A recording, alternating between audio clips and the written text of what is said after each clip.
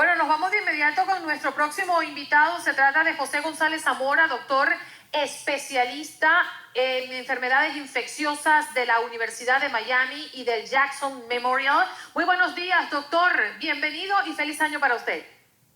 Buenos días, muchas gracias por la invitación.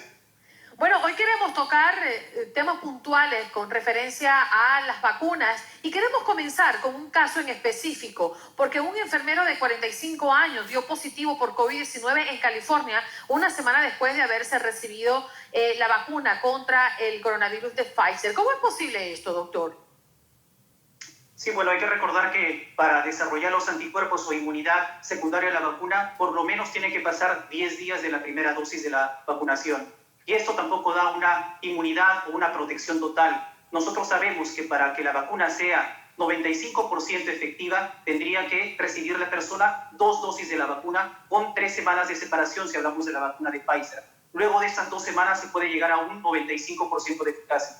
Así que hay que tener muy en cuenta estos conceptos. La vacuna no da protección inmediata. Por lo menos después de la primera dosis uno tiene que esperar 10 a 14 días para tener cierta protección ante el coronavirus. Y es así que durante este periodo de espera uno podría todavía contagiarse y desarrollar enfermedad por coronavirus. Doctor Zamora, pero además también imagino que hay que tener en cuenta que este enfermero que resultó contagiado, que dio positivo luego de haber recibido la primera dosis de la vacuna, pues hay que reconocer que era un hombre que él mismo dijo que posterior a ser vacunado ingresó a la sala de cuidados intensivos a cumplir con sus responsabilidades, donde había muchos pacientes en delicado estado de coronavirus, lo que significa que él aumentó su riesgo exponencial. Sí, definitivamente el personal de la salud está a un riesgo muy alto de contraer coronavirus. Y hay que también tener en cuenta un concepto básico. Existe un periodo de incubación para el desarrollo de la enfermedad por coronavirus. Esto quiere decir que si yo me expongo al coronavirus el día de hoy, puedo desarrollar enfermedad de repente a los 5 días de haberme expuesto. Existe un rango de 2 hasta 10 días. Así que si hacemos los cálculos, tal vez en esta persona, en este enfermero que desarrolló coronavirus, posiblemente se haya expuesto o infectado al coronavirus incluso antes de ser vacunado. Doctor, ¿cuáles son las reacciones más notorias o los casos más extraordinarios que hemos escuchado a lo largo de las primeras semanas después de haberse comenzado a administrar las primeras dosis de vacuna? Bueno, en realidad los efectos adversos de las vacunas son comunes. Yo diría que hasta un 60% de las personas desarrollan dolor en el sitio de la inyección. Este es el más común. Pero también están acompañados, a veces, no en todos los casos, tal vez en un 40-50%, por otros síntomas sistémicos que asemejan a un cuadro viral leve. Y con ello me refiero a fatiga, dolores articulares, dolores musculares, fiebre, que pueden presentarse dentro de las 24 horas y duran aproximadamente 2 días, luego de lo cual se resuelven espontáneamente. Pero también hay que destacar que estos efectos adversos son catalogados en la mayoría de los casos, posiblemente casi todos los casos, como leves o moderados. Existen muy pocos efectos adversos severos, alrededor del 1%, y ningún caso serio de reacciones adversas por las vacunas tanto de Pfizer como de Moderna. Doctor González Zamora, hay quienes todavía están reacios a la posibilidad de vacunarse porque sienten temor, porque hablan lógicamente de los años que transcurren normalmente para crear una vacuna y cómo esta vacuna fue creada en cuestión de meses. Pero también es importante que se entienda que estábamos ante una situación de emergencia que obligaba a ustedes, los expertos, a los científicos, a trabajar rápidamente, arduamente, para poder entregar una solución que nos permitiera empezar a ver esa luz al final del túnel. Finalizando el año 2020, hablábamos que ya estábamos empezando a transitar ese túnel con una lucecita al final, pero no estamos cumpliendo las metas que teníamos planteadas en Estados Unidos para la vacunación. ¿Podríamos hablar de un tiempo? Hay quienes dicen que para el próximo verano estaríamos disfrutando de esa normalidad que extrañábamos. ¿Podríamos hablar de eso? ¿Podríamos imaginar que a diciembre de este año todavía estaríamos viviendo una situación similar a la que enfrentamos actualmente?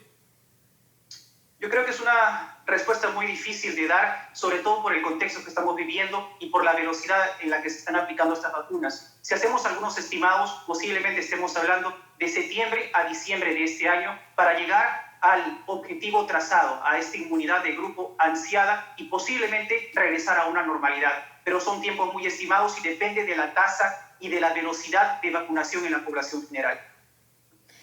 Doctor, me llamó mucho la atención el anuncio que ha hecho recientemente la FDA analizando si aplica la mitad de la dosis de Moderna a personas entre 18 y 55 años.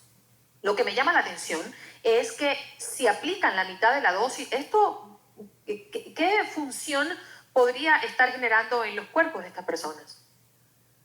Sí, yo creo que eso es algo que ha sido declarado por el doctor Slawi, que es el jefe del Operation Warp Speed, como una alternativa si en caso se necesitará aplicar más dosis en un tiempo más corto.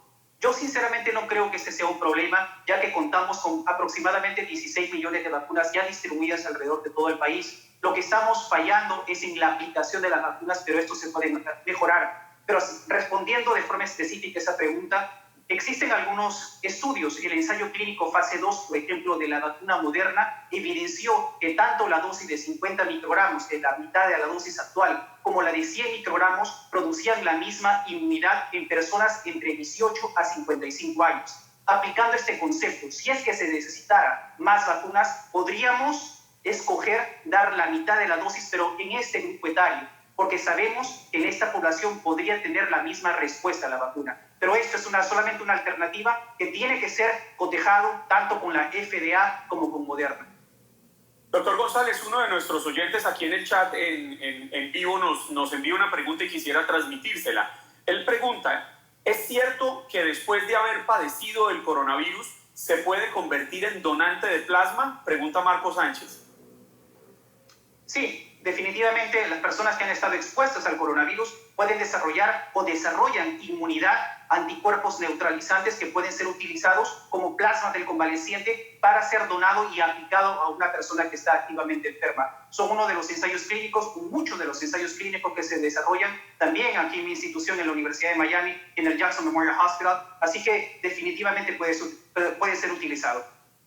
En estas fiestas, doctor, muchas personas dijeron, ya a mí me dio el COVID, me voy a juntar con mis familias porque no podré transmitir la enfermedad ni tampoco adquirirla porque estoy inmune.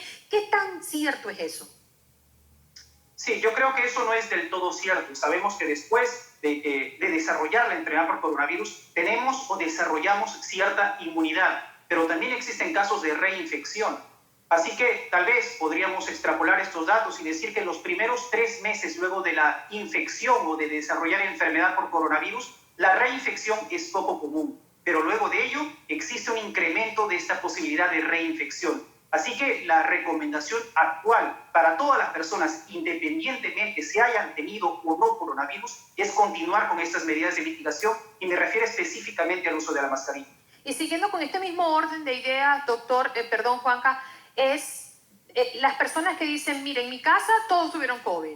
Mi esposa tuvo COVID y tuvimos contacto, evidentemente, muy cerca y a mí nunca me dio. Es decir, a mí nunca me va a dar, porque si no me dio así, pues creo que es muy poca la probabilidad que yo pegue un COVID-19. ¿Qué hay de esos casos que han existido muchísimo? Sí, yo creo que eso depende de muchísimos factores. Uno de ellos es el sistema inmunológico de cada persona, que es único para cada uno. Y también de la exposición a la carga viral. Mientras más carga viral sea a la que la persona esté expuesta, más posibilidades existen de desarrollar enfermedad por coronavirus. Así que yo creo que esos enunciados de que nosotros no podríamos contagiarnos porque ya estuve expuesto y no me enfermé, básicamente son erróneos, porque todavía existe el riesgo y un riesgo alto si uno tiene una exposición constante hacia una persona infectada de coronavirus. Hablando de esos riesgos, doctor González, ¿qué tan alto es el riesgo de que una persona en los primeros días de haber recibido la segunda dosis esté expuesto a ser contagiado? En los primeros días es básicamente el mismo riesgo que tiene una persona que no se haya vacunado. Hay que destacar que para tener cierta protección hay que esperar todavía 10 a 14 días. En los 10 primeros días, básicamente no tenemos suficiente cantidad de anticuerpos para poder protegernos contra la infección. Así que esta persona es igual de susceptible que cualquier otra persona que no se haya vacunado. Doctor, ¿y esto es normal en cualquier tipo de vacuna que se tarde unos días, una semana larga en crear esa inmunidad que nos proteja de la enfermedad? Sí, hay que destacar que la inmunidad producida por vacunas es una inmunidad especial que se llama inmunidad adaptativa o con formación de anticuerpos, también formación de linfocitos B memoria. Y para que se desarrolle todo este mecanismo, el cuerpo humano necesita tiempo para formar estos mecanismos de defensa. Así que esto es común para muchas vacunas. ¿Cuál es la recomendación que usted podría darle a las personas que se movilizaron, que se estuvieron exponiendo en lugares públicos y que se juntaron quizás con familiares sin mascarilla después de haber vivido las pasadas fiestas? ¿Cuál es la mejor recomendación que usted puede dar, doctor? Yo creo que eso depende del riesgo al cual han estado expuestos, pero también me parece que si las personas han tenido viajes, digamos, a otros estados y hay la posible riesgo de exposición a una persona con coronavirus, lo ideal sería guardar cuarentena. Así que a estas personas yo recomendaría, en lo posible, idealmente, hacer una cuarentena de 7 días. Luego de ellos se podría hacer un hisopado. Si es negativo, termina la cuarentena. Pero también la alternativa sería hacer 10 días de cuarentena, luego de los cuales ya podríamos decir que la persona puede volver a sus actividades normales. Doctor, rápidamente porque el tiempo se acaba. Veíamos al comienzo, yo incluso tuve que hacerme el hisopado con el copito este que ingresaba al fondo, que uno sentía que le estaban escarbando las ideas. El ojo. Exacto, pero le escuchaba a una prima que se lo tuvo que hacer hace unas 3 semanas, que ya no va al fondo, que ya es algo normal aquí en la parte media de la nariz. ¿El resultado de ese examen da la misma efectividad?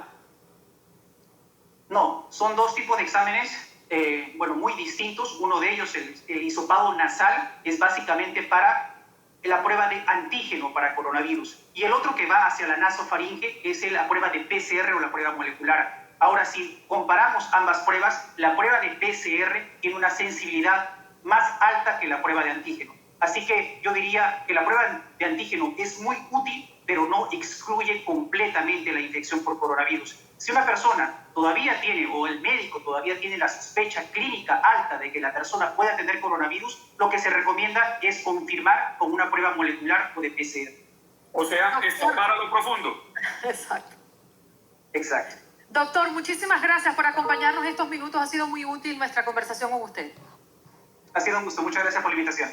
Un abrazo. Doctor José González Zamora, quien nos viene a hablar de lo que está pasando en la actualización, de hecho, del COVID-19 iniciando este año 2021. Pausa.